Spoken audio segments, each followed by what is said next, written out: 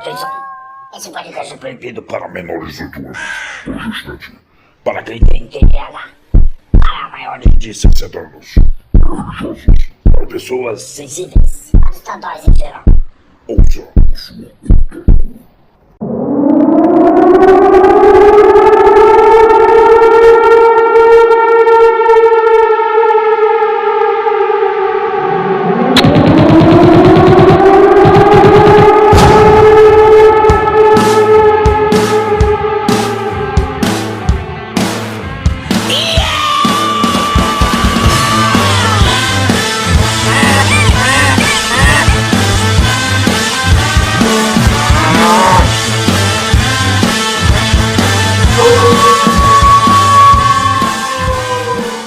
Filhos do Cabaré.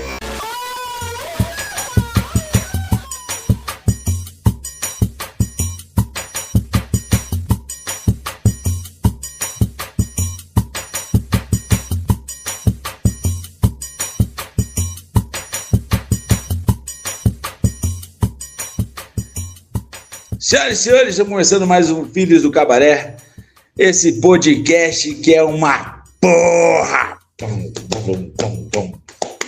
Hoje nós vamos falar do Raimundos, grande Raimundos. Fez parte da minha adolescência essa banda. E, ô Murilão, você ouvia muito Raimundos, Murilão? Não. Não ouvi. Pronto, acabou o episódio.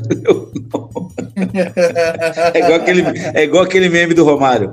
Romário, você é um cara assim, assado, fazia isso, fazia aquilo. Você acha que apareceu outro cara igual você? Ele? Não. Murilo, acabou o episódio. É super sincero, não tem jeito, né? Vai fazer o quê, né? Perguntou, tem que responder. Isso não significa que eles não foram uma grande banda, não tiveram importância, né, no rock nacional dos anos 90, né? Mas não fez parte do meu cardápio de músicas. Ei, você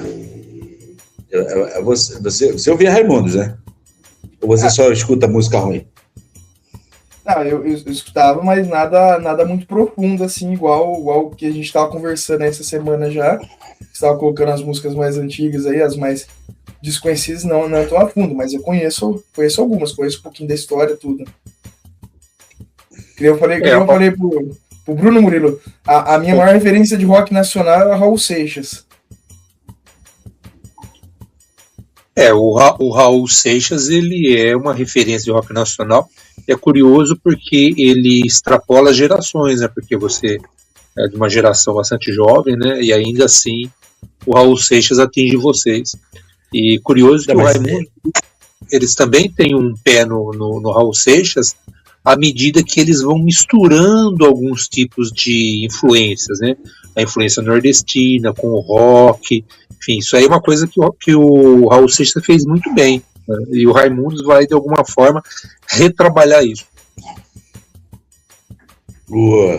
Mas a sua influência de Raul é bem direta, né, Henrique? Você não pegava para ouvir Raul.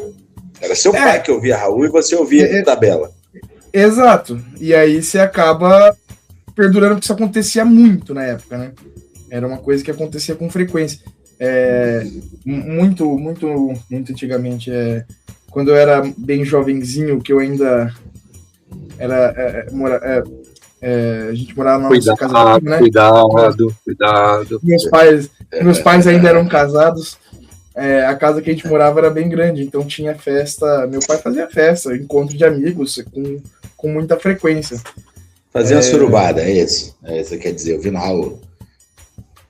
Imagina o Henrique andando no meio dos caras, um monte de casal pelado, assim, troca de casal.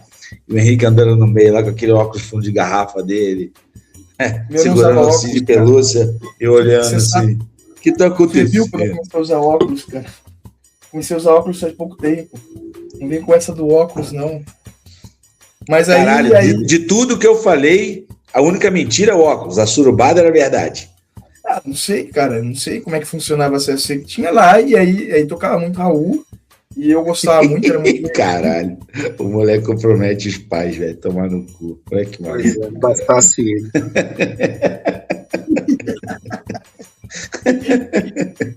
Esse moleque é doente, cara. A única coisa que ele negou, não usava óculos, não. Foi, porra, é surubada, tava valendo. Mas vai, continua falando aí. Tocava muito Raul, muito cigarro, muito álcool. Também. Mas é meio que isso aí que você falou, de uma forma indireta, mas ainda assim bem, bem presente, né? Então tem algumas outras coisas aí tanto do rock nacional quanto até de MPB, que eu não tenho tanta referência por conta disso. Que eu acho que o nosso primeiro contato com música ali, enquanto a gente é bem jovem ali, até os nossos 6, 7, 8 anos ali, que é onde começa a formar também o nosso gosto musical, vem muito por conta dos nossos pais, né? Ainda mais... Sabia que o meu não? Eu digo assim, meu irmão geral, me influenciou. Né? Meu irmão me influenciou bastante.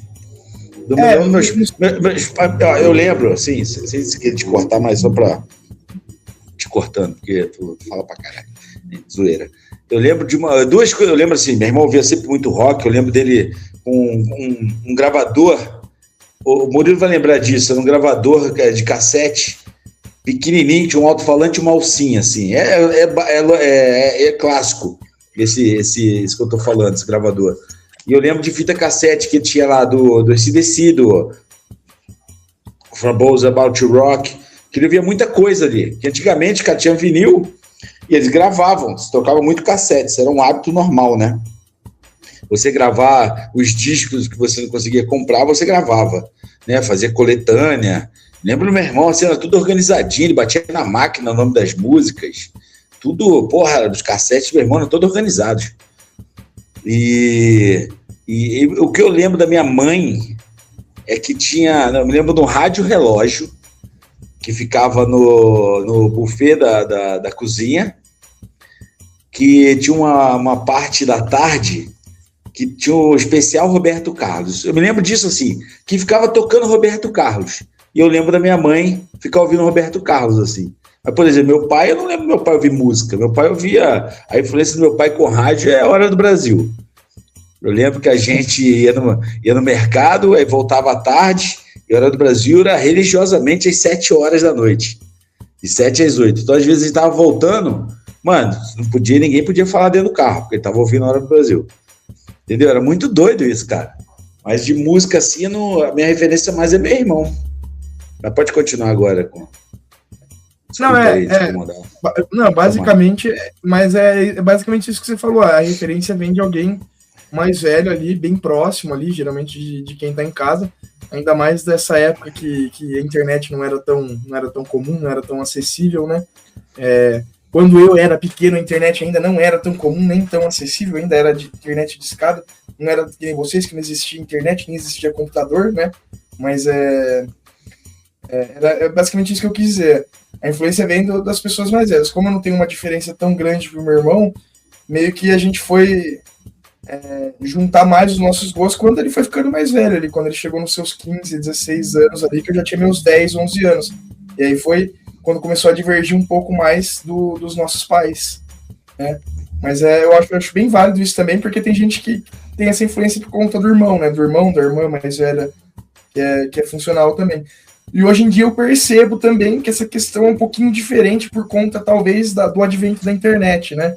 Então, eu não conheço diretamente os pais dos meus alunos, mas os meus alunos, hoje em dia, grande influência deles, assim, que eles gostam muito é de K-pop, mas eu imagino que os pais deles não sejam fãs assíduos de K-pop. Ah, mas qual a idade? 10 anos, 9, 10 anos, 11... ainda, mano, quando eu tinha essa idade aí, eu era muito influenciado pela MTV também. Eu me lembro, tocava MC Hammer, New Kids on the Block, era essa porra que a gente ouvia, assim. Acho que eles ainda não formaram ainda, não, acho que ainda vai acontecer, mas, cara, de ter um estilo. Não tem mais isso para as crianças? Eles não têm mais um programa, não tem mais uma rádio, assim, de referência tão grande, assim, para as crianças? Então, tem a influência disso, que a MTV é um negócio gigantesco. Hoje em dia, o que é? Eu acho que não tem uma MTV. Não que eu conheça, né? Não. Tipo assim, pra eles. Assim. Então, é o que eu falei. Pelo advento da internet, você chega a esse tipo de coisa para eles. Então, é um acesso que nem Você falou isso no podcast, você falou isso pessoalmente, dessa questão do próprio K-pop ser uma forma de soft power da Coreia do Norte, da Coreia do Sul? Acho que foi na academia que a gente conversou isso. Acho que foi. Mas é proposital, é um programa do governo aquilo lá. Desde aquele lance do cara do Gangnam Style lá, entendeu? É um negócio do governo isso aí. Mas aí você pega, que nem você falou, né? O YouTube, né? Então só que tem uma gama muito grande de coisa. Eu digo K-pop de uma das minhas salas, né? Mas ano passado eu tinha uma sala que queria fazer dancinha de TikTok. Queria que eu procurasse no YouTube para fazer dancinhas do TikTok, com músicas tipo de funk, por exemplo. Claro que aí Mas eles escutam funk hoje ou trap hoje, essa bosta? Os dois. A adolescente escuta mais trap e os mais jovens escutam mais funk. Eu falo mais de adolescente por conta da academia, de trabalho na academia. Ontem eu tava zoando um aluno lá na academia, ele falou que eu ouvia muito trap. Eu falei, pô, que lixo. Isso é um lixo, cara, trap acabou com o rap. O show do Travis Scott que teve aqui no Brasil, o cara lotou a porra da casa de show, velho, do Allianz. Não que eu seja fã, mas o cara lotou a casa de show. O palmeirense não tem uma moral, não tem nem estádio.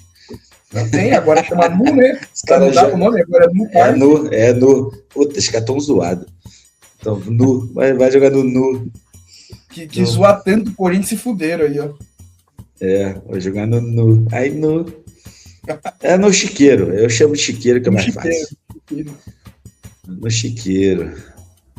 Ô Murilo, você, a sua influência, veio de quê? Eu tenho uma múltipla influências, como todo mundo, né? A primeira influência eu acho que é da própria época que eu vivi, né? A minha formação musical, né? Meu gosto musical, eu não tenho formação musical nenhuma, né? Eu vi isso, mandou uma informação musical. Muito importante em termos musicais, né?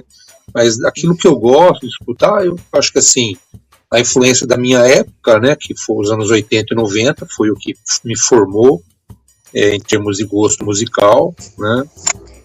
Isso obviamente todo mundo tem essa relação com a época que vive, então esses 20 anos foram muito importantes para mim, e alguns amigos, né, próximos que me apresentaram para alguma música, e os meus pais tiveram uma influência bastante forte também no que eu gosto, né?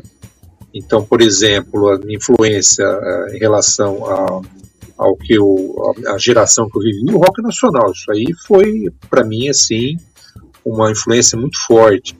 O MPB foi uma influência muito forte. O pop rock, né?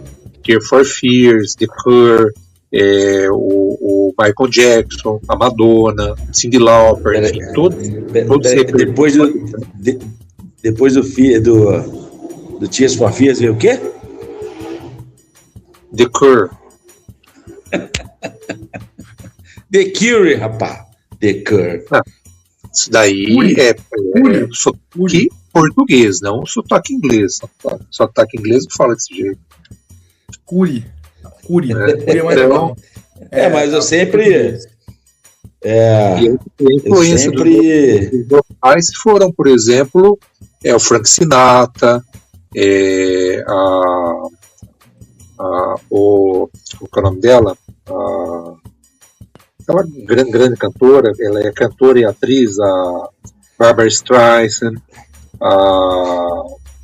músicas... Cara, acho que eu nunca ouvi uma música dela. Mas eu sei que ela é cantora, sei que ela era uma diva, para os estadunidenses, assim, mas eu não me recordo de algum dia ter ouvido alguma música dela. Deve ter, obviamente, alguma música famosa que me passa batido que é dela. Com certeza, porque ela, assim, ela foi diretora, foi atriz, foi compositora, foi cantora, né? Ela é, assim, muito talentosa, né? Não, não falei que ela é multitalentosa. Frank Purcell, por exemplo, é um compositor que eu gosto muito, tenho o disco deles, eu escuto com frequência, foi uma influência dos meus pais, Henry Mancini, que são são músicas instrumentais. Então, por exemplo, o Frank Purcell, ele pega o Beatles, ele refaz todas as músicas dele instrumental. O Frank Purcell, ele tem, por exemplo, música instrumental para o cinema, né? Então, assim, todo mundo em algum momento escutou Frank Purcell, às vezes nem sabe, né? Então foram essas influências que acabaram moldando o meu gosto musical. Como é que era o nome daquele tiozão dos anos 80 lá que tinha uma orquestra? O Ray Cunningham. Isso. O de Barbona. Ray Cunningham, Isso, mas cabelo branco. Ele já faz ele não faz muito o meu tipo, porque assim, meu estilo de gosto musical, porque ele é aquelas orquestras assim, mais animada, mais para o festival. Mas era uma coisa que muita gente ouvia, assim. Eu lembro de um vizinho lavando o Passat dele, que era o xodó dele, assim, escutando Ray Cunningham. Aquela Big Band. Faz de novo aí. Big Band. Para você ver como que o gosto musical piorou com o tempo, né? Sonoplastia. O cara ele escutava lavava o Passat dele escutando uma música instrumental, né? Hoje o nego escuta, lava o carro. Escuta isso aqui, ó. É assim, ó. A música que toca hoje é isso aqui, ó. É assim, ó. 2 garrafinhas batendo. 2 garrafinhas batendo. Pega 2 garrafinhas e fica batendo, ó. Tá fazendo música, ó. Tô mentindo? Que é isso, Henrique? Não, é desse jeitinho mesmo. Tava desse jeito, meu quarto tava desse jeito ontem. Meu quarto tava desse jeito ontem. Os caras falando ainda. Calma, se contenha. Você quase perdeu sua masculinidade agora. Essa indignação, hein? Quase, hein? Ô, Murilo, você perdeu sexta-feira na academia? Essas bolas fora que ele dá aqui, tá fazendo ao vivo, tá? Ele tava metendo assim, falando. Aí o Tite olhou assim e falou: Ih, o Henrique tá estranho. O Henrique tá estranho. Entendeu? Uma hora ele falou: é difícil fazer isso com a bola batendo atrás. Eu falei: que porra é essa? Véio? Com a bola lá atrás. Eu falei: que isso, mané? Aí eu não sei que lá, depois eu tava dando uma orientação assim, ele, então depois você coloca. Ele falou assim, o Tite olhou assim e falou: esse moleque tá estranho. Tudo leva pro lado errado. E agora ele tá comprometendo sem contar que na filmagem que eu fiz lá dos dois se movimentando lá, o Tite dá uma encoxada nele. Não, também não. Não, tá maluco. Você virou de costa propositalmente, assim. Ainda deu um sorrisinho. Eu vou dar um print nesse frame, hein? Não, você abre um sorrisinho quando você sente o Tite encostando em você. Você leva as coisas pro outro lado. E outra, como é que era o negócio do seu Nelson? Não era comigo, não, velho. Isso é com o Tite. Quem gosta desse negócio do Nelson aí, eu sei o Tite aí. Seu Nerso, não é Nerso. Quem nunca viu esse vídeo, procura esse vídeo no Xvideo. Bota seu Nerso. Eu recebi isso por e-mail. Tu vê como é que você é velho. Isso por e-mail. O vídeo do seu Nerso. Então é da época do Ursos Grandes e Peludos? Puta que pariu. Olha aí, Murilão. Olha aí, Murilão. Tudo começa com... Olha o nível de conhecimento dele das coisas. Você faz um corte. Você é fã do seu Nerso. Você é fã do seu Nerso. Não sou fã. Eu sou o Tite, porque o Tite trabalha com construção civil. E o vídeo do seu Nerso são dois pedreiros se pegando. E fica o áudio, fala: ai, seu Nerso. Por isso que eu usou ele. Fala: seu Nerso. Você está trabalhando com o seu Nerso, Tite? Ele sai fora. Você está trabalhando com o seu Nerso, City? Deu. É isso. Conta isso aí que você gosta, né, Bruno? Agora esse lance que você chegou aí de ursos grandes e peludos. Irmão. Você vê que sai dele isso aí. Não é de mim. Vem dele isso aí. Em você, né? No caso, entra em você, né? É isso que você gosta. Sai fora.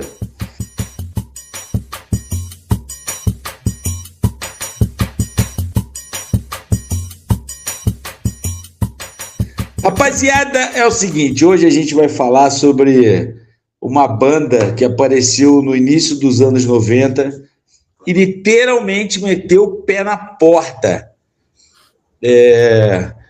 Vou falar por mim aqui, minhas percepções, obviamente. Eu lembro, obviamente, a gente era muito, como o Murilo já falou aqui nessa parte introdutória, a gente é uma geração que a gente foi muito influenciado pelo rock nacional dos anos 80, né? Só que, obviamente, o rock nacional dos anos 80 foi a porta de entrada para muita coisa, entendeu? Depois eu fui conhecendo coisas mais pesadas e tudo mais, e eu sentia falta de algo mais pesado no Brasil. Existiu Sepultura? Existia, mas Sepultura sempre era voltado lá para fora. O Angra, que é o metal espadinha, também era voltado lá para fora. E não que o Angra seja um negócio pesadão e tal. Mas eu senti metal espadinha. Então, fazia falta no Brasil, eu sentia isso, essa falta de algo pesado cantando em português. E aí vieram esses 4 biruta, né? Misturando forró. Eu lembro, assim, da primeira vez que eu vi Raimundos, foi Selim. Acho que todo mundo começou por Selim. Que me lembro que um camarada viu, mano, tem uma música aí, tá tocando direto aí. Na rádio, não sei o que lá, fica ligado aí, não sei o que lá. Os caras falando um negócio de bicicleta. E eu vi aquilo assim, eu falei, cara, que negócio doido. E Selim não é nem tão pesada, não é nada demais, assim. Né? Mas era uma letra já, você fala, porra, cara, olha os caras falando disso, não sei o que lá, né? E aí depois veio Puteiro de João Pessoa, né? E aí, obviamente, eu me lembro até hoje, eu estudava no Biblos, em Petrópolis, extinto Colégio Biblos, e tinha um cara lá, chamava também Henrique, era cabeludão, me lembro, gordinho, metaleiro, e ele me emprestou a fita cassete dele, metaleiro, Henrique, não emo, não emoeiro, metaleiro. Ele me emprestou a fita cassete dele, do primeiro disco do Raimundos. Cara, minha cabeça fez assim, pum, quando eu vi tudo, né? Você pegou no cacete dele, então. Eu falei, Henrique, pode ficar tentando aí, que depois que tu falou de urso grande peludo aí, meu irmão, tu não tem que falar mais nada hoje, entendeu? Então, cara, aí, cara, minha cabeça explodiu com aquilo, entendeu? Ouvindo aquilo, porra, aquelas letras, literalmente aquela putaria na música, e pesada, entendeu? E com muito hardcore, com muito punk, entendeu? Então, cara, eu falei, pô, eu fiquei louco, cara, eu vi aquilo direto, eu gravei, eu tinha um microsystem, o Bazooka, quem procurar a linha da Philips aí dos anos 80 vai ver o que é o Bazooka, tá até hoje na casa dos meus pais lá, obviamente não usa mais. Eu gravei a fita, né? Gravei numa outra fita, que eram dois decks. E aí eu gravei outra fita. Cara, eu pirava ouvindo aquilo no meu Walkman, cara. Eu ia pra escola ouvindo aquilo. Eu só ouvia aquilo, cara. Acabava, eu voltava, começava tudo de novo. Entendeu? Até acabava a pilha, comprava a pilha. Eu não parava de ouvir Raimundos. Quando eu tava em casa, eu botava no 3 em 1, ficava ouvindo Raimundos. Eu sempre, gostei de bateria e tal, meu irmão sempre teve bateria em casa, e antes de eu adquirir a minha bateria, obviamente, eu fazia barulho na dele.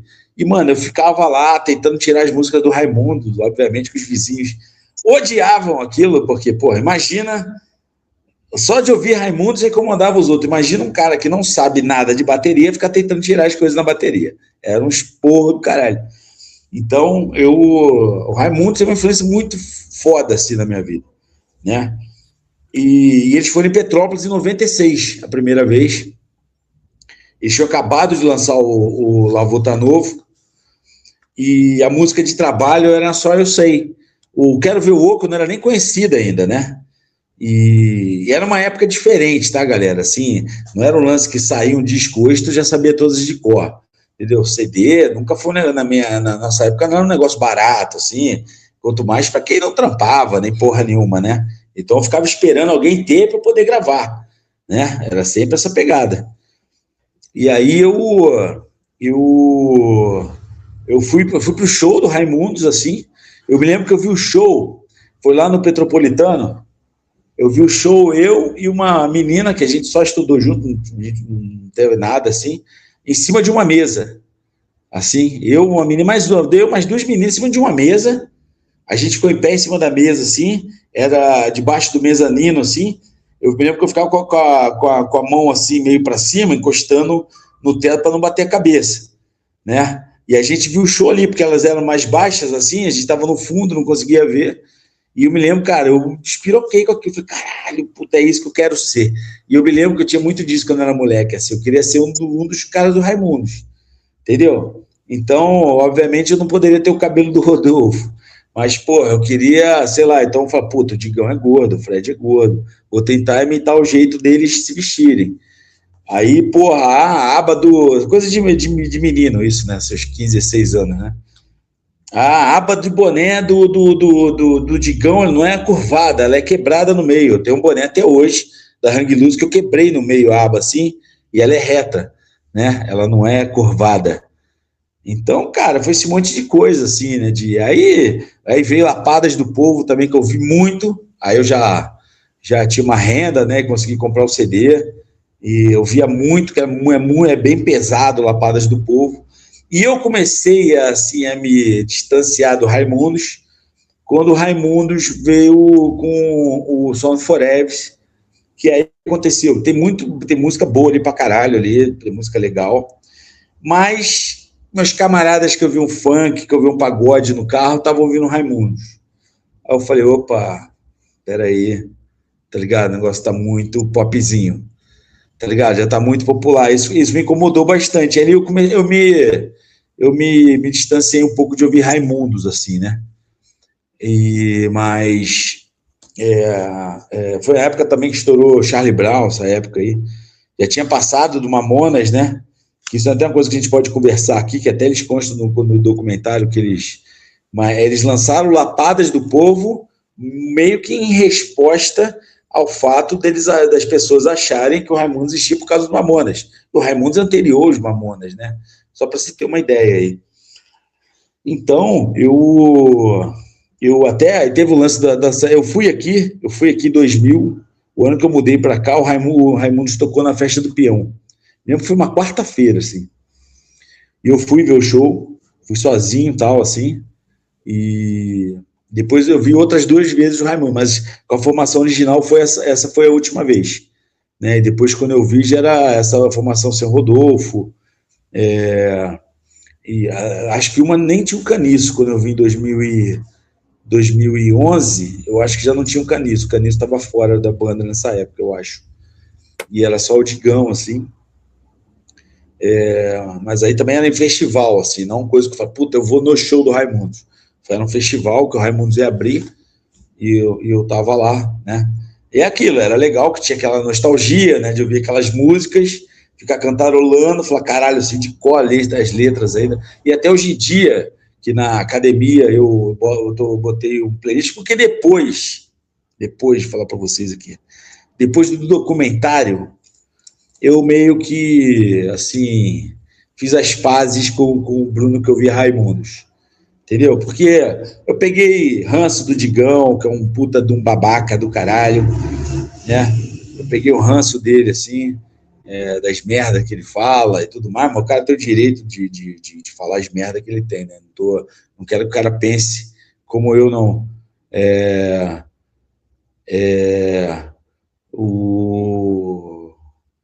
eu responder essa pessoa aqui. Aí, eu me aproximei, assim, e tal. Me lembro que quando o Rodolfo saiu, que rolou aquele papo, saiu porque virou crente, caralho. Eu me lembro que o Cavô Cavala, que é um disco que eles lançaram lá entre eles, Sem o Rodolfo, pô, também lembro que eu vi, me lembro que tinha boas músicas ali. Tem boas músicas nesse disco do Cavô Cavala aí, apesar do vocal do Digão, assim, mas tem boas músicas ali. Minha Avó é um som muito maneiro, recomendo aí, Minha Avó. E é isso, cara. A Raimundos tem essa importância na minha vida, e hoje, então, por conta do documentário que eu mencionei aqui, obviamente não vou falar que está na boca do povo, que não está, mas muitos canais do YouTube estão estão falando sobre Raimundo por conta do documentário. Então, logicamente que o algoritmo trabalha nesse sentido, mas tem visto, pô, o cara que fez o documentário tá indo porrada de podcast. Então, o Rodolfo, que voltou com o Rodox, tá indo porrada de podcast. Então, de certa forma, reavivou, assim, até o lance do... Pô, Raimundo abriu pro Guns N' Roses, entendeu? Tirando o show do Monster, todos os outros shows do Raimundos, do Guns N' Roses no Brasil, que teve nessa turnê, que está tendo nessa turnê, ao Gerúndio, que tem nessa turnê aqui, que eles estão fazendo pelo Brasil, o Raimundos que está abrindo, entendeu? E aí você vê, aí tem vídeos que já, né, de Instagram, essas coisas, pô, galera cantando Eu Quero Ver o Oco, pulando, Pão da Minha Prima, entendeu? Enlouquecendo como, mano, eu me lembro assim, cara, que Nega Jurema era um som que eu despirocava, eu achava do caralho aquilo, cara, que foi o primeiro videoclipe que eu vi do Raimundos, né? Que meu irmão sempre morou em São Paulo e, obviamente, MTV, que teve uma época que a MTV ficou só de TV fechada, assim, não era mais canal aberto. Então, eu não tinha mais acesso lá em Petrópolis. Aí, quando eu era meu irmão tinha MTV. Então, eu ficava vendo, aí passava clipe do Raimundo, assim, ficava Nega Jurema, assim, eu falei, caralho, velho, olha isso, cara. Molecão, né? Eu fui muito, assim, influenciado pelo Raimundos. E tem uma coisa que eu me arrependo, assim, uma vez eu tava no Hopi Hari com meu irmão e minha sobrinha, e a gente passou do lado do Fred, assim, o Fred estava sozinho, assim, e eu me arrependi, cara, depois fiquei assim, por que eu não falei com ele, cara?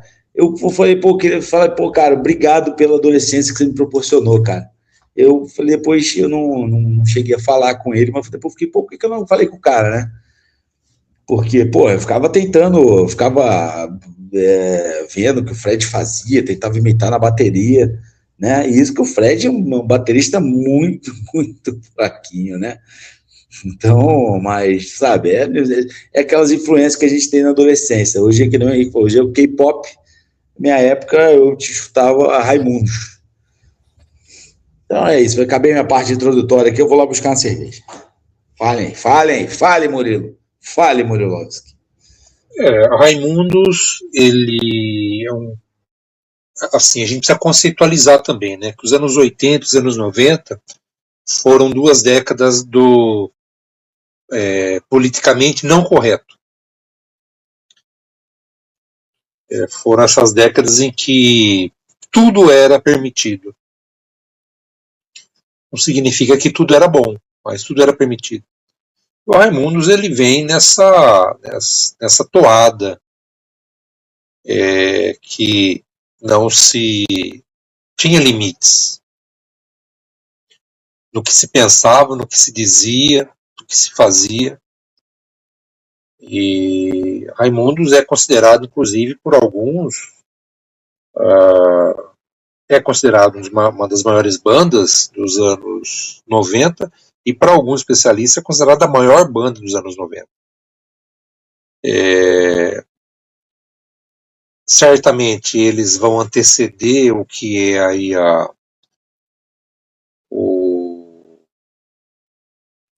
o conjunto que acabou, né, sendo um conjunto icônico dos anos 90, que foram os Mamonas. Eles antecedem isso. Então, assim, eles são os pais, né, do que viria a ser os Mamonas. Né? Então, eles já estavam, de alguma forma, fazendo aquilo que os Mamonas fizeram. E ao passo de que eles tiveram também influências, como, por exemplo, a influência do Raul Seixas, a mistura dessas vertentes musicais, né? O baião com o rock, com o pop, e assim por diante. Vale dizer que eles faziam talvez um heavy metal, né? Alguns colocam aí até outras vertentes do rock, lembrando também que houve antes deles alguns no Brasil que também fizeram esse heavy metal nacional. Eu gosto de citar o Arpia, que eu acho que é um expoente muito importante desse heavy metal nacional, mas eles vão conseguir, dentro desse caldeirão todo, fazer uma coisa bastante bastante importante em relação à influência musical que eles vão ter. E outra, o rock nacional estava passando por um período muito complicado, porque aquelas bandas que fizeram muito sucesso nos anos 80, várias delas estavam num período de declínio. Então, o Raimundos ele vem reavivar esse rock nacional num período que vai ser muito marcado por outros gêneros musicais no Brasil, como, por exemplo, o sertanejo, como, por exemplo, o pagode, e assim por diante. Então, assim, eles vão marcar a cena musical brasileira por vários motivos que irão fazer com que eles fossem bastante diferenciados nessa cena musical. E é importante dizer que eles percorrem um caminho de praticamente uma década. Né? Eles começam bem no comecinho dos anos 90. O primeiro disco deles assim, que vai ir para o público é 93 ou 4, mas eles já estavam antes na cena musical. E eles vão aí até o ano 2000, 2001, 2002, com a saída do Rodolfo. E a saída do Rodolfo vai ser assim uma inflexão no grupo, né? Porque o Rodolfo ele tem assim, ele é muito a cara do Raimundo, né? E como toda banda de rock, como toda banda no geral, né?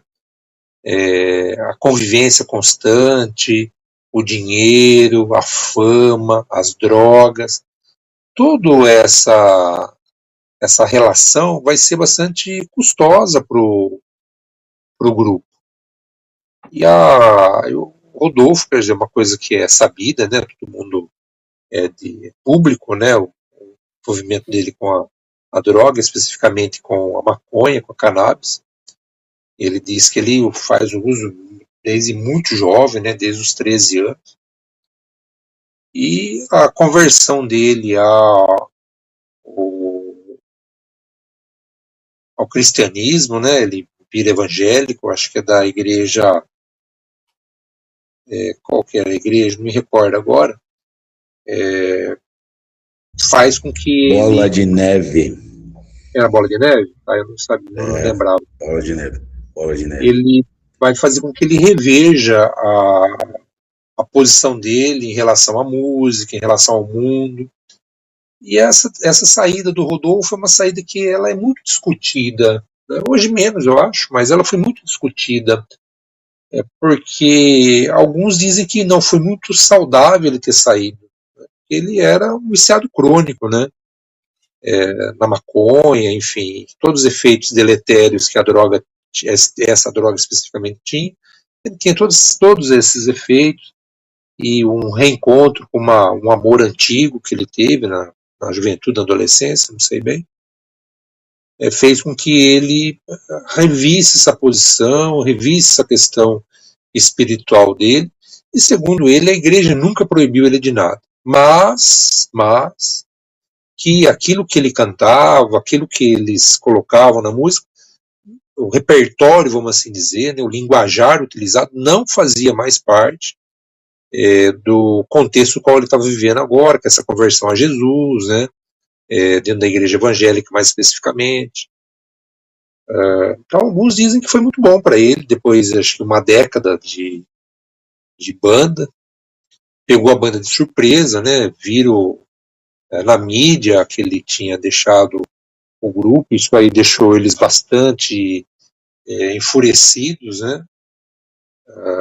Tentaram, acho que, manter a banda existiu ainda por alguns anos, mas ela já não conseguiu mais o mesmo sucesso de outrora. Contudo, é importante dizer que tudo tem um tempo, né? E eu vejo que o Raimundos ele cumpriu bem o período dele, fez bem aquilo que eles se propuseram fazer, e as pessoas elas mudam, né? Alguns dizem que a mudança do Rodolfo foi a troca de uma droga por outra, né? Ele só trocou o tipo de droga. Outros dizem que não, que foi uma escolha saudável para ele, né? Ele veio aí com o Rodox e uma nova proposta. Eu vejo que, particularmente, acho que eles cumpriram bem, né? De uma forma ou de outra, o grupo ia acabar. Eu vejo dessa forma. Daquilo que eu acompanhei, né, do que eu vi na mídia na época, do que eu li, eu, assim, tenho eu arrisco a dizer que esse grupo ele ia acabar de um jeito ou de outro. Se não fosse pela conversão dele, iria ser por briga, iria ser por desentendimento, né? Depois, inclusive, veio a morte, né? Nisso, que isso também gerou um abalo, né, neles, apesar de que eles já não estavam já mais juntos, mas enfim. Então, de alguma forma, o grupo ele ia se extinguir, né? Acabou se extinguindo de uma forma com que acabaram, talvez injustamente, colocando a culpa na igreja, né? Talvez ela tenha seus méritos, desméritos sobre outros aspectos, mas talvez não nessa saída. Me lembra um pouco, né, respeitando as devidas diferenças, as devidas diferenças de dimensões, quando os Beatles separaram e colocaram a culpa na Yoko Ono.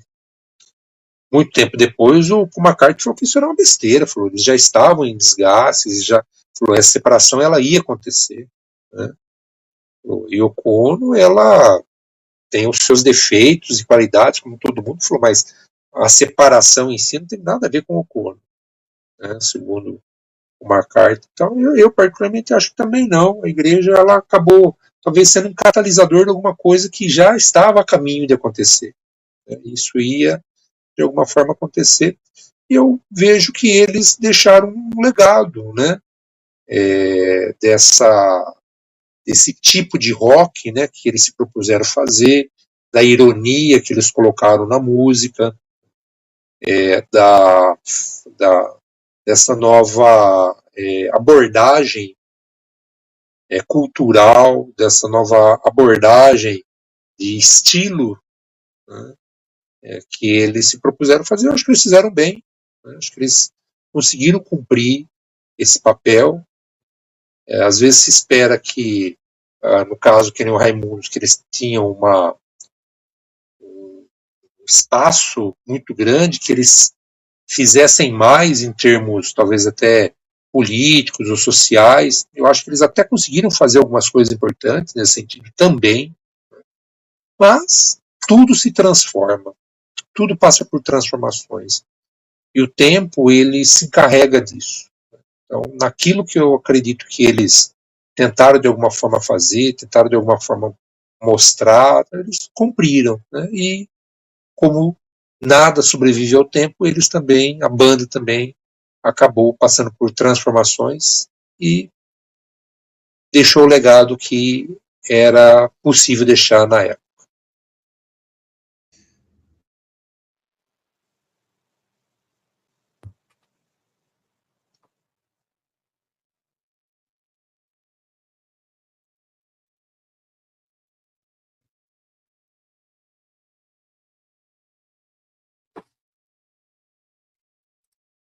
Alô?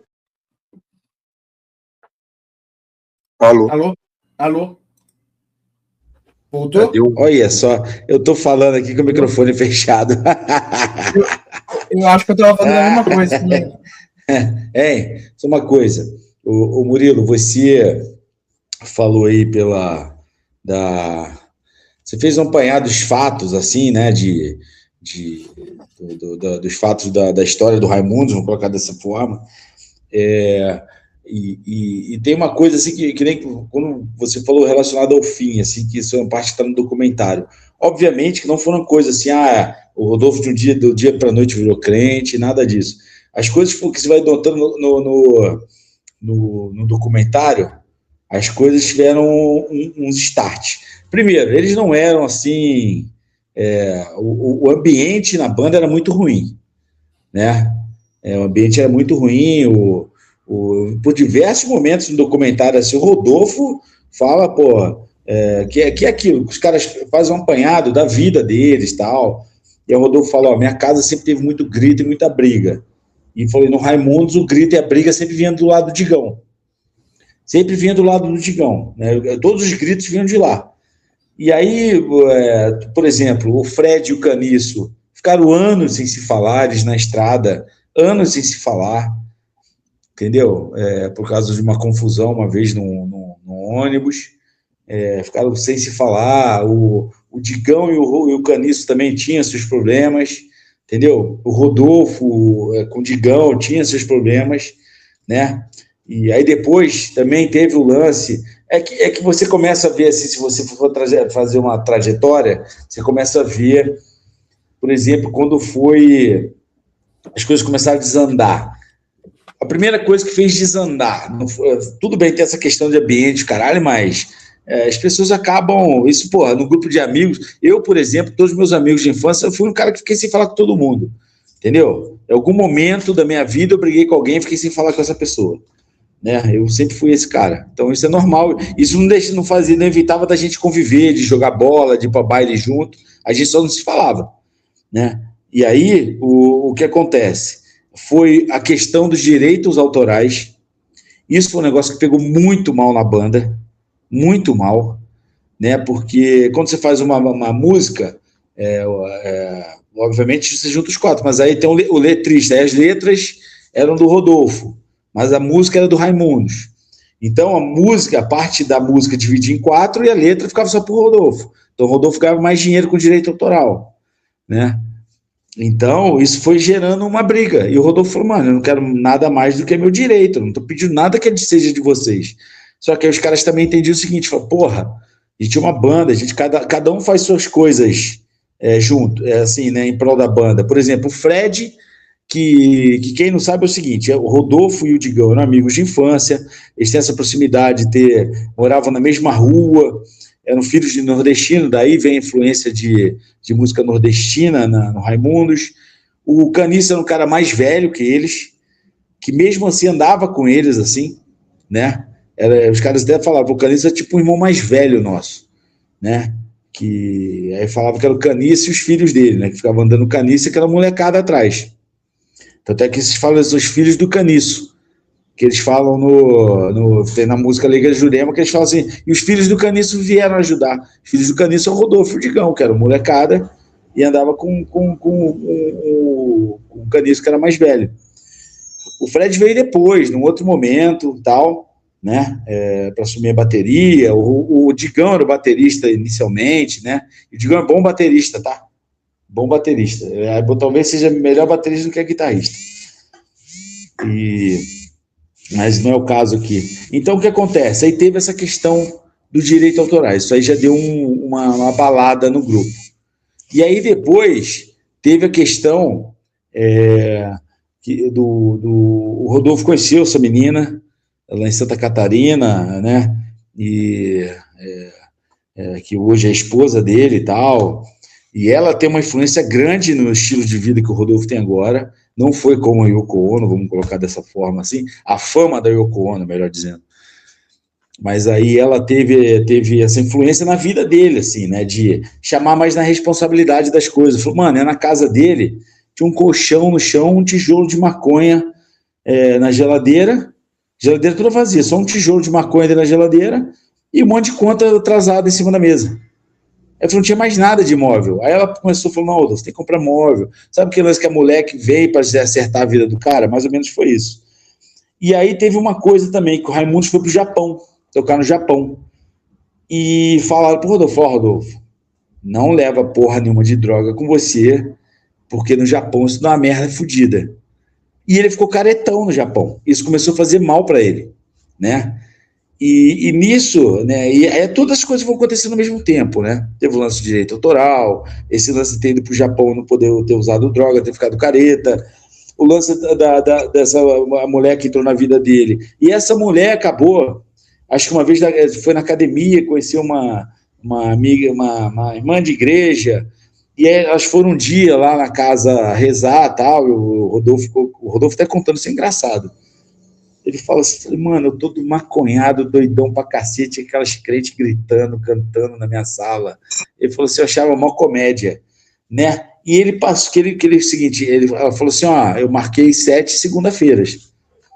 Ele, puta que pariu, durante 7 segunda-feira não posso ficar em casa, não sei o que lá. Aí, de início, ele não ficava, ele saía fora, ia surfar, ia pra rua, para ela poder ter o encontro lá das irmãs lá. E aí teve um dia que ele esqueceu, ele falou, mano, eu era tão maconheiro que eu esqueci totalmente, tava doidão. E eu fiquei lá vendo, entendeu? E aí foi isso que mexeu com ele, assim, são várias coisas, né? Mas aí ele continuou usando droga e tudo mais. Aí ele parou de usar droga, né? Uma hora ele chegou e falou, mano, chega dessa merda, não quero mais. E até os caras falaram, foi até engraçado que menciona Petrópolis, que o último show da formação original foi aqui em Americana e um dos últimos foi lá em Petrópolis, que teve um problema com a segurança estava agredindo um cara lá, e o Digão pegou o microfone, falou um monte de merda pro segurança, e os seguranças foram embora, largaram lá sem segurança, e, mano, o show durou meia hora, porque ficou incontrolável a multidão. E até os caras falam, mano, nunca vi o Rodolfo tão puto. Nunca vi o Rodolfo tão puto. Sabe? Os caras falaram, cara, nunca vi ele desse jeito, velho. Ele tava puto, falando pro Digão, você é um idiota, olha só o que você fez, seu imbecil, falou um monte de merda. E o Digão falou que ficou tão surpreso de ver ele daquele jeito que ele só falou assim, porra, desculpa. O Digão falou assim, desculpa, cara, desculpa. Entendeu? Então, começa a ser... Aí você vê que quando o Rodolfo para de usar droga, e tem várias... É legal que o documentário vai mostrando várias imagens, tá? Que eles filmavam muito, né? O Caniço filmava muito, assim, os bastidores das turnês e tal. E você vê que o Rodolfo, mano, ele tá de saco cheio, sabe? Ele tá de saco cheio, ele não quer fazer mais nada. E aí começa aquela história, aquele fim de banda mesmo, né, Murilo? Nem você falou. Os caras já viram trabalho, que a gente já conversou em outros episódios aqui também. Viram trabalho, que, os caras já não tem saco para aturar um ao outro, né? E aí começa aquelas pessoas assim, mas que isso rola mesmo, né? Chega um cara e fala, mas você que é o espírito dessa banda, você é o coração dessa banda, sem você essa banda não existe, tal. E aí foi mais ou menos o que o Murilo falou, né? Que o Rodolfo, ele se refere a isso da banda. Até quando alguém pergunta para ele de voltar tal, estava vendo um corte agora antes de gente começar a gravar. Ele, acho que no Carioca, naquele podcast do Carioca lá com bola, ele falou, tem certeza que ele falou assim, eu tenho certeza que vai ficar milionário da noite pro dia se a gente voltasse. Só que ele falou, mano, eu não saí da banda Raimundos. A Raimundos representa uma parte da minha vida que eu não quero viver mais. Entendeu? Ele falou, uma coisa da minha vida aquilo. Foi uma vida que eu abandonei. Eu não quero mais aquela. O Raimundos representa para mim aquela vida. Entendeu? Eu não quero mais ter aquela vida. E ele alega, que ele fumava tanta maconha que ele falava que ele ficava meio anestesiado da realidade, assim. Ele não dava devida proporção às coisas na vida, e depois que ele parou de usar droga, ele começou a ver as coisas como elas são, né? E aí as coisas começaram a mudar, e aí ele resolveu sair da banda. Os caras ficaram putos, porque eles tinham acabado de assinar um contrato com a Warner, de ganhar uma grana adiantada, e a Warner falou, legal, não vai ter mais a banda, então devolve o dinheiro. E aí por isso que eles lançaram o disco Éramos 4, o Rodolfo lançou o Rodox, e o Rodox é curioso, né? Que o Rodolfo, quando gravou o CD Rodox, ele gravou todos os instrumentos, é ele que toca todos os instrumentos. Ele só formou uma banda para gravar um videoclipe. E aí começou a fazer turnê. E aí o que aconteceu? Ele ficou fazendo turnê, os caras mesmo falam, ele não se relacionava com a gente, assim, ele não viajava junto, tal, a gente só se encontrava na hora do show. E aí quando quebrou a Warner, né, aí meio que anistiou os contratos que tinham, aí fala, Rodolfo, você não vai precisar mais gravar, tal, tá anistiado, tá perdoada a dívida que tinha. Mano, na hora ele acabou, o Rodolfo falou, chega, eu não quero mais disso. Né? E anunciou pros caras assim, antes de começar o show, falou, o último show hoje e tal. E o show durou 2 músicas, os caras falaram que tava doidão, falou que não ia tocar mais mesmo, aí quebraram tudo, derrubaram a bateria, quebraram a porra toda. Né? E aí, curiosamente, voltaram a tocar agora, né? Mas é isso, entendeu? Assim, desse fim do Raimundo, assim. E, cara, obviamente, ninguém afasta uma volta, né? Obviamente. Mas eu acho que por causa dessas convicções do Rodolfo, assim, acho muito difícil. E sem o Caniço não vai ser a mesma coisa. Isso eu tenho certeza. Mas Henrique, eu já falei pra caralho, Murilo também. Eu falei mais que todo mundo hoje, né? Parece. Eu não sei se você ouviu, Murilo, o episódio do RPG. Mano, o Rick e o Vitor, porra, os caras manjam tudo de joguinho de tabuleiro. Você apareceu praticamente no episódio. É só pra fazer pergunta idiota, porque eu não entendo porra nenhuma daquilo. Fez as Henrique, eu falei pro Henrique que ele tem que começar a jogar. O Henrique, você é um cara que eu vi muito Sandy Júnior. E você chegava a ouvir Raimundos assim? Tá me confundindo. Sim, o básico sim, mas você trouxe coisa aí bem profunda mesmo, que é essa questão aí, mas eu queria apontar uma coisa interessante, que é que você falou assim, aí, pô, os caras voltou a tocar aí agora, tal. Claro que eu acho que o fator que mais pesa nisso aí pode ser o dinheiro, né? Acho que a principal coisa para uma banda voltar é o dinheiro, ou melhor, a falta dele, né? E acho que não é exatamente só isso, mas às vezes os caras estavam sentindo falta de tocar também, às vezes os caras se resolveu em relação a isso aí, e acho que tá tudo bem também, a gente só tem que, se gosta da banda, se quer ver os caras, eu acho que só tem que apreciar isso aí mesmo, no fim das contas. Mas também é aquilo que você falou, não vai ser a mesma coisa. Nunca será, na verdade, né? O tempo muda. Não só as pessoas como pessoas, mas muda a música dos caras também, o som que eles vão compor, a época que você compõe as coisas também muda, né? Então sempre vai ser diferente mesmo, no fim das contas. Mesmo que não for só pelo dinheiro. Só lembrando uma coisa, é tudo playboy, tá? Era tudo playboy, tudo filho de médico. O pai do Digão tinha fazenda, era médico. O pai do Rodolfo era médico. Eles não são pobrezinhos. Mas, né? Até aí, se você for ver, outra coisa, tá? Milionário, né? Os caras que a gente tava falando, os boxeadores que a gente tava falando, você até falou, pô, o Mayweather tá... Não, eu tô querendo dizer o seguinte, eu tô querendo dizer o seguinte, os caras tinham berço, Henrique. Os caras tinham berço, assim. Eles não eram pobretões, fudidos. Entendeu? Já eram ricos. Então, o que você quer? Quer ter uma bateria? O pai lá comprar uma bateria. Entendeu? Então... Começou por gostar, mas eu digo assim, para voltar, pode ser que não tenha mais tanto dinheiro, né? Não sei. Não sei.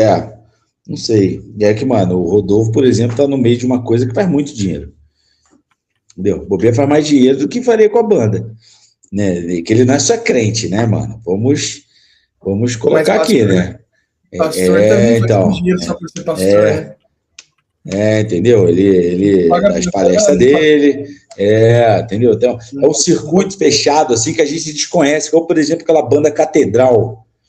Era uma banda gospel, e era famosa pra caralho no meio gospel. Quer ver outra banda que é famosa pra caralho no meio gospel? Oficina G3. Mano, os caras arrastam multidões onde fazem show, e a gente de fora quase não sabe, mano. O pouca coisa do Oficina G3, eu sei que os caras tocam pra caralho, um rock maneiro pra caralho. Que fala, obviamente que não é abertamente, fala Jesus, mas os caras falam de coisas assim, de religiosas, mas os caras tocam pra caralho, mano. Entendeu? Oficina G3 é um puta sonzão, cara. Qualquer dia pesquisa, Oficina G3. Não se prenda muitas letras, não. Então, é uma banda de metal, pô. Oficina G3 é uma banda de metal. Entendeu? Só que canta em português.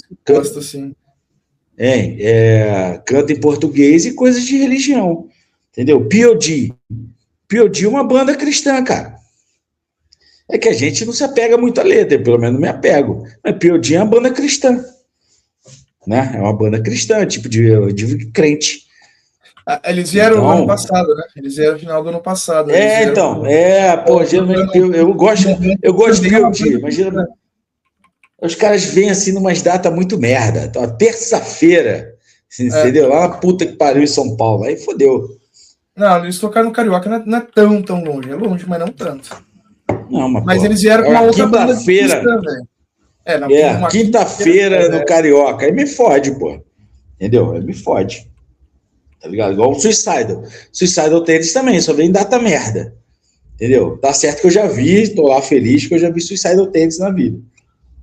E é uma das bandas que eu já devia aquele tiquinho assim, falou, opa, já vi ao vivo, né? Você viu com o Grace, você viu com... Não, imagina, muito antes.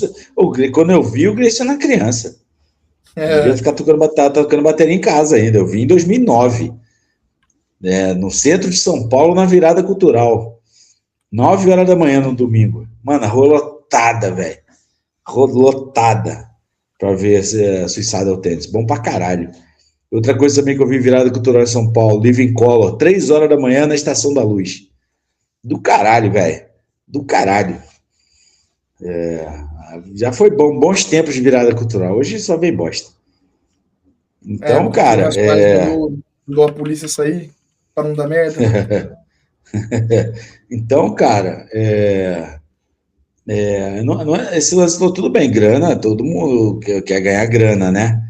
E uma coisa importante aqui que a gente não comentou, que foi durante a pandemia, aquela reaproximação do Digão com o Rodolfo, né? Que eles viviam e de certa forma, apesar do Digão ficar durante 20 anos falando disso, falar assim, 20 anos é um pouco demais, mas de certa forma ele tinha sentido em umas coisas que ele falava assim, o Rodolfo nega o passado dele, fala mal do passado dele, mas não abre mão dos direitos autorais dele. Entendeu? O Digão sempre falou isso, né? E no documentário, quando veio esse assunto à tona, você dá aquele estalo, né? Você fala, caralho, tá aí de novo os caras falando... Toda vez que pingar na sua conta, vai ter que lembrar desse passado que você não quer lembrar, né? Você fala assim, Peraí, deixa eu só responder o B2 aqui. O B2 foi na academia, mas tá com outro cadeado agora. Eu falo com ele daqui a 20 minutos, tô lá. Porque o Pitoco tá lá. O que a gente tá falando? Esqueci, tô ficando velho. Então, mas sabe que você tocou num assunto interessante. Eu tinha pensado sobre isso quando eu estava pensando no tema do Raimundos, mas eu não abordei, você acabou de abordar. É justamente isso. A pessoa ela fala assim, agora eu quero uma coisa diferente, enfim, esse passado não faz mais, né? Não foi bom, não foi isso, não foi aquilo, agora é uma coisa nova, enfim. Então agora eu sou uma nova pessoa, espiritualmente eu sou outro, tal, né? Aquilo que eu falava, que eu fazia, já não faz mais sentido, não era uma coisa boa, mas eu não abro mão dos direitos autorais. Então, isso que é uma coisa que o Digão sempre reclamou. Para alguns, isso é hipocrisia. Para alguns, isso seria visto como hipocrisia. Mas, plot twister aqui, tá? Quem não viu o documentário. Isso é tratado no documentário. De repente, o Rodolfo fala assim, eu já vendi esses direitos autorais faz muito tempo. E aí, na entrevista, outro cara que realmente o cara comprou. Um outro maluco comprou. Né? Entendi. Eu não sei quando foi que foi feita essa venda. Mas o Rodolfo vendeu. Ele não tem mais direito nenhum sobre nada do Raimundo. Ele vendeu os direitos dele. Só que assim... Mas só te interrompendo. Se ele vendeu antes da transformação espiritual dele... Não, foi depois. Foi depois. Se ele vendeu depois... Foi depois, ou seja, hipocrisia. Ainda assim ele colocou um dinheiro sujo no bolso. E ainda assim ele pode ser acusado de ser hipócrita. Hipócrita, sim, exatamente. E aí, por exemplo, não sei se vocês vão lembrar do contexto daquela reaproximação do Digão do Digão com o Rodolfo. Que foi quando o Digão fez aquele post no Instagram... Porque, foi no início da pandemia, falou, mano, fica todo mundo em casa, não pode sair, porque, gente, ninguém sabia o que fazer. Era o natural fazer aquilo. Ninguém tem ideia. Uma pessoa pode contaminar 3, e assim vai, e tinha um monte de gente morrendo. Qual que era o natural ali, emergencial? Fica todo mundo em casa, vamos parar de ter contato com as pessoas, até a gente saber com quem está lidando. Isso é uma coisa natural. Se você for uma pessoa racional, você entende essa decisão, correto? Eu estou falando merda. De você chegar, a gente tem um vírus, que ele se transmite pelo ar, facilmente, e que, uma pessoa pode contaminar 3, o que você tem que fazer de imediato? Afastar as pessoas uma das outras, para você conter conter a contaminação. Beleza. Aí o Digão fez um post lá, aí, tá vendo? Agora vocês estão tendo um gostinho do que é comunismo, que não sei o que lá, aquelas porra de bolsonarista otário, né? E aí, mano, deu uma merda do caralho, né? Porque o Caniço veio a público e falou, gente, isso é a opinião dele, não é da banda, ele não fala pela banda, ele tá falando por ele, entendeu? Teve uma merda do caralho, uma repercussão muito ruim. E aí, se um cara de uma banda fala uma coisa, você atinge a banda inteira, certo? Então, aí nego fala que isso até é tratado no documentário, que apesar do Caniço já ter morrido, esse documentário está sendo produzido tem uns 5 anos, então pegou o Caniço vivo. Então tem muita entrevista com o Caniço lá. Ele fala o seguinte, tanto o Caniço quanto o Fred, eles falam isso. Que falam, mano, o Digão só foi atrás do Rodolfo porque viu que fez merda com aquele post. Ele falou assim, eu acho que isso aí não é negócio espontâneo. Ele falou assim, eu acho que é falso. Entendeu? Eu acho que E eu me lembro na época também, aí eles deram entrevista no Bial, tal, né? E eu achava tudo muito falso, realmente. Soa muito falso. Apesar que são os dois que são os mais antigos amigos de infância ali. Né? Se parar para pensar, o Raimundos começou neles dois. Depois veio o Caniço e posteriormente o Fred. Né? Mas aí você para assim e fala, mano, com tudo que vem em relação do Digão, o Digão falando, você sente que é choro de crocodilo, lágrima de crocodilo, entendeu? Que é meio falso aquilo que ele tá falando, entendeu? Porque você pega ele falando do lance dos direitos autorais lá atrás, você vê que tinha uma raiva falando.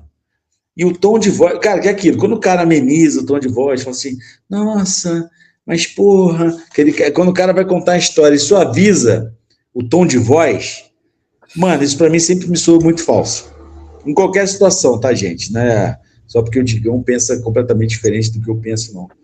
Mas sempre soa muito falso. Fala assim, ai, nossa, né?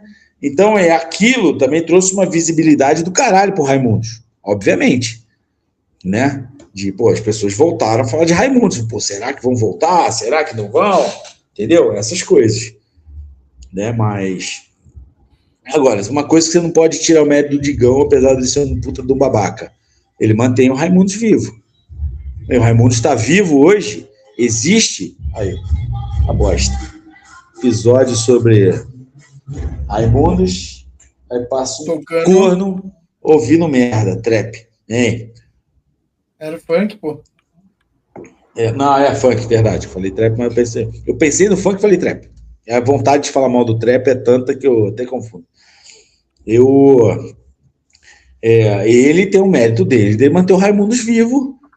Mano, se parar, porque nem o Murilo falou, o Raimundos durou até 2001, quando o Rodolfo saiu. E você fala, mano, a banda não parou até hoje. E de 2001 pra cá são 25 anos. Entendeu? E ele mantém a banda fazendo show, que nem eles falaram, a gente saiu de cachê de 100 mil reais pra cachê de 5 mil reais. Né? Começou do zero de novo, de andar de van. Antes cada um ia numa van. Agora tá todo mundo na van só, com os holds, com todo mundo, como se fosse o começo de novo. Né? E teve um problema atual aí, porque uma questão de não passar direitos para a família do Caniço, né, para os herdeiros do Caniço, tem toda essa questão, que abriram uma outra empresa e vendem um show, porque, cara, banda é uma empresa, tá, gente? Não fica achando que banda são 4 amigos que vão tocar juntos para sempre, que eles se adoram. Vídeo os Beatles, né? Os Beatles é um símbolo disso, assim. Os caras não se aguentavam mais, tá ligado? Não fique achando que o Ringo Starr e o Paul McCartney se reúnem de vez em quando para tomar um café. Eles não fazem isso, entendeu? Deve ficar anos sem se falar, entendeu? Porque é desgastante o negócio, entendeu? Porque além de ter a rotina, tem o lance de viagens, que isso é cansativo, e tem aquele lance de que um aparece mais que o outro, e começa a ter aquela inveja, aquelas coisas, entendeu? Então é difícil você ficar ali e segurar a banda. E o Digão tem esse mérito, entendeu? Hoje o Raimundos, obviamente, não está no mesmo patamar que já esteve. Mas só do fato de abrir o show do Guns N' Roses é muita coisa. Isso é muita coisa, tá? Isso não é qualquer banda, sabe? O Guns N' Roses, tá fazendo show em estádio. Então o Raimundos tá tocando pra uma galera. Bota por baixo 20 mil negros por noite. Entendeu? Então isso é muita coisa e mano, é ninguém que conhece todas as músicas, entendeu? Então agora o tem esse mérito de manter a banda. Tá abrindo pro Guns, mas quem que é melhor, Raimundos ou Guns? É o Guns. Certo. Eu não sei, eu não gosto dessas paradas, dessas perguntas que é melhor. Tá ligado? É foda. Aí porque então tudo vai chegar assim e acaba no Rush. Foi pronto, o Rush, acabou o Rush. Ninguém é melhor que o Rush. Entendeu? Então, cara, é muito. Entendeu? Não, é aquilo. Obviamente, Guns N' Roses é muito infinito, é mundial, uma banda mundial. Entendeu? Mas, pra alguém que, mano, no início, eu parei de ouvir Guns N' Roses quando eu comecei a ouvir Raimundos. Porque pra mim, Raimundos é uma coisa muito mais pesada que o Guns N' Roses. Entendeu? É muito mais pesada que o Guns N' Roses. E eu fui no show do Guns N' Roses, sei lá quando, tem 2 semanas. Entendeu? É uma banda que, pô, faz parte da minha história, da minha vida. Entendeu? Eu falei, pô, nunca vi ao vivo, vou ver agora. Tá ligado? E o Raimundos também. Mas eu não sei, cara, a gente já conversou sobre isso aqui, a gente gravou um episódio, aliás, falando se existe essa necessidade de falar que um é melhor que o outro. Entendeu? Acho que são coisas totalmente diferentes, velho. É a mesma coisa que você falar assim, o que você prefere, tomar vinagre ou ácido? Entendeu? Sei lá, entendeu? São coisas que eu não curto essa parada. Vocês acham que eu ganho, vocês acham que eu ganho, beleza? Não, o Murilo acha, aliás, né? O Murilo achou, né? O Murilo, entendeu? Eu acho superior, porque o Guns, na minha opinião, ele faz uma música que o Raimundos, ele é nichado. O Guns será que é nichado? Eu acho que é nichado. Mas ô Murilo, o rock é nichado. Não vamos entrar, vamos deixar para uma próxima, mas eu acho que é nichado. Não significa que seja ruim. Não significa que seja ruim. Não. Nichado não quer dizer que é ruim. Mas o Guns tem um alcance mundial muito maior, né? E além disso. Mas não deixa de ser um nicho, que é só quem ouve rock que ouve Guns. Por exemplo, na Coreia, quem ouve K-pop pode até conhecer o Guns N' Roses, mas de repente não faz parte do que eles ouvem durante o dia. Eu acho difícil. Entendeu? Eu acho difícil. Então, isso que eu tô falando. Como tem gente na minha geração que não conhece o Queen.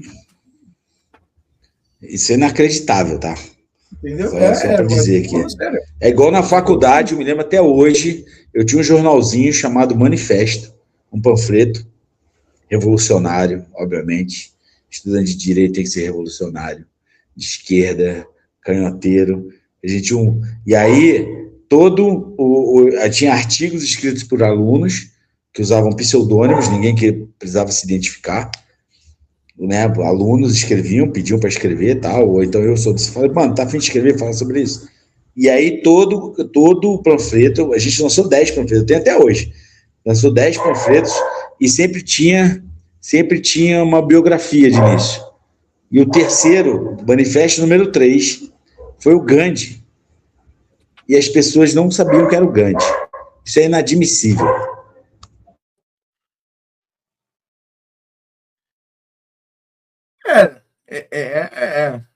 No fim das contas, tem certas coisas que são inadmissíveis, mas é a vida, né? As pessoas, elas tendem a ter esse problema de uma má cultura, por assim dizer, né? Uma péssima cultura, uma péssima influência de casa. E digo mais, tem uma geração aí que não tem ideia do tamanho do Zico e Roberto Dinamite. Isso é um absurdo, tá? Você vê, às vezes, umas enquetes no YouTube aí. Quem foi o melhor jogador? Aí bota lá, Neymar, Rivaldo, Zico e, sei lá, Rivelino. Neymar ganha. É inacreditável isso. É inacreditável, tá? Eu falei, mano, ficar na frente do Zico é inacreditável. Mesmo ficar na frente do Rivelino. Não, na verdade, o Neymar está nessa enquete é inacreditável.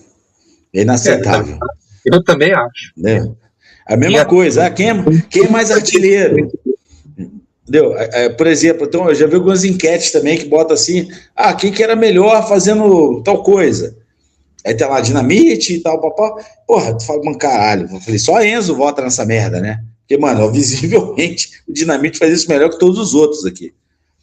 Entendeu? Esses dias eu vi a perfeição. O Dinamite era uma mistura. Era uma mistura do Lewandowski com Harry Kane com pitadas de Cristiano Ronaldo. Entendeu? Mas é aquilo. Não o Cristiano Ronaldo pegava a bola no meio de campo e trazia carregando. Dinamite nunca fez isso. Mas do faro desse Cristiano Ronaldo no final de carreira, de ser matador, o cara falou assim, mano, o Roberto Dinamite é uma mistura desses três aí. É inacreditável o que o Dinamite fazia, mano. Entendeu? É inacreditável. Se fosse hoje em dia, entendeu? Ia ser melhor do mundo todo ano. Era inacreditável o que aquele cara fazia. Ele batia o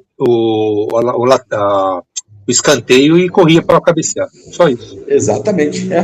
Mano, ele sozinho batia de frente com o melhor Flamengo da história. Entendeu? Só isso. Só isso, entendeu? Então, tudo bem, eu entendi você não coloca o Neymar na mesma prateleira que esses caras, mas você colocaria o Neymar. O Roberto Dinamite, ele carregou por pelo menos 3 ou 4 anos o Vasco nas costas. Pô, acho que até mais, tá?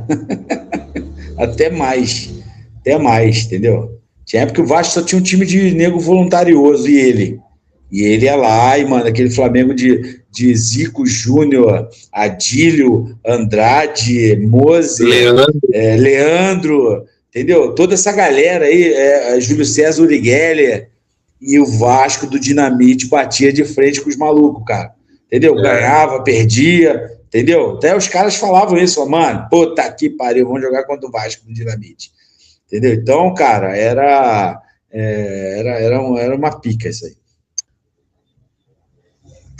Pois é, aí o Neymar. O que você falou do Neymar aí, ô Henrique? Você não coloca o Neymar na mesma prateleira que esses caras, eu entendo. Mas você colocaria na mesma prateleira que o Kaká e os caras da geração do Kaká? Cara, é estilos diferentes, assim. Eu não era fã do Kaká, não, tá? Mas eu, sinceramente, pode até parecer implicância, mas não é. Eu acho o Kaká mais útil para um time do que o Neymar. Kaká no ano que ele foi campeão do mundo, velho. O Kaká tava voando no ano que ele foi campeão do mundo. Não, campeão do mundo, ele era uma criança. Campeão do mundo, não, ele era melhor do mundo. Ah, tá. Não, se jogou pra caralho. Kaká, mano, o Kaká não era, não tinha firula no bom sentido aqui, falando do Neymar, que eu não posso chamar de firula, porque, porra, né, a habilidade do cara. Mas o Kaká era muito mais objetivo, mano. O Kaká pegava a bola, ia mudando de direção, correndo assim, ele não precisava ficar driblando os caras. Ele, na passada, na mudança de direção, ele ia passando pelos caras. O Kaká, cara, jogou demais, mano. Não é dos meus preferidos, assim, eu falo, nossa, Kaká era foda demais. Tá ligado? Mas no Paro Ímpar escolhe o Kaká. Bola de ouro e o Neymar não ganhou, né, cara? Ah, não, mas isso não é parâmetro, né? Bola de ouro não é muito disputada, né? Não foi. O Neymar e Messi estavam começando a aparecer nessa época, então não foi. Mas, por exemplo, Murilo, eu não acho isso um critério. Eu não acho isso um critério, porque se usar esse critério. Eu também acho que não é um critério. Porque se usar esse critério, o Vini Júnior é maior que o Neymar. E não é nem. Eu também acho que o Neymar é muito mais habilidoso que o Kaká. Contudo, quando você pega historicamente falando, se você olhar preto no branco, o Kaká, ele não fica tão abaixo do Neymar, não, entendeu?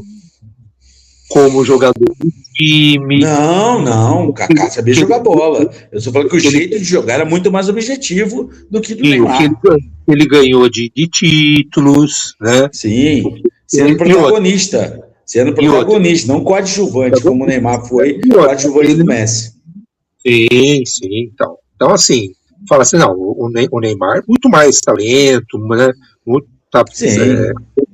Mas, quando você olha no histórico, o cara não fica tão atrás. Não. Cara, se pegar assim, habilidade por habilidade, o Denilson deve ser mais habilidoso que o Kaká. Mas você fala que o Denilson foi melhor que o Kaká? Nem fodendo. Jamais. Nem fodendo, entendeu? Bom, o Denilson era habilidoso, cavaleiro. Habilidade, eu sou mais Denner do que o Neymar. Imagina, mano. Tem que o analisar. Denner é no esculacho, meu amigo. tem que analisar que o Kaká ele jogava o futebol básico do básico, né? Ele fazia o básico do futebol para ganhar o jogo, né? Ó, eu vou falar mais uma coisa aqui, Henrique. Esse aí que o Murilo acabou de falar. O Denner era uma mistura de Kaká com o Neymar. Que o Denner pegava a bola na diagonal correndo, driblando os caras, era habilidoso pra caralho, mas ele não era firulento, mano. Ele ia lá e limpava os caras, mano. O Denner era inacreditável. O Denner era inacreditável, cara. É uma pena que tinha uma cabecinha de merda. E de merda que eu digo o seguinte, né? Pô, você vê que não parava em lugar nenhum, né? Rodou Portuguesa, Grêmio, Vasco. E não tinha aquela cabeça no lugar, assim, de pensar na carreira e tal. E viveu numa época que não tinha os superstars, né? Porque se fosse hoje em dia, no que ele já tinha feito no Júnior da Portuguesa, ele já estava no Barcelona, Real Madrid, Manchester City há muito tempo. Entendeu? O Denner era sacanagem, velho. O Denner era sacanagem. O Denner jogava demais. O Denner fez o Maradona ficar assim, caralho. Inacreditável o que esse moleque fez. No jogo Vasco e New Young Boys. New Young Boys, não, New Old Boys. Que o Maradona jogou New Old Boys e fez um amistoso Vasco, mano. O Denner dribla metade do time New Old Boys, entra na pequena área assim, chuta meio prensado e bate pra fora. Aí tem a reação do Maradona depois, assim, sabe, balançando a cabeça, falando: puta que pariu, o moleque joga pra caralho, entendeu? Então, isso é foda demais. Bora, rapaziada, que a gente já extrapolou do Raimundo, já estamos no Denner. Denner jogar pra caralho. Procurem, pesquisem Denner e fiquem assombrados. E outra coisa, tá? Jogava numa época diferente, que a porrada comia no campo. Tá? E tinha muito mais eventos hoje. Muito mais E outra, os campos eram um pasto do caralho. Não era esse tapetinho que nego joga hoje, não. Era um pasto. A bola não rolava, ela quicava. Se botar a bola na frente, ia sair quicando e o cara fazia o que fazia. Entendeu? Ele é fruto de campinho de terra de bairro. Ele não é fruto de escolinha, de grama sintética, não. O Denner é outra espécie de jogador. Eram monstros, cara. O Denner foi um monstro. Uma pena que morreu cedo. Quando acabava o jogo, os negros soltavam as vacas pra pastar. Da hora. Outros tempos. Valeu, gente. Falou, até semana que vem. Até semana que vem. Valeu, tchau.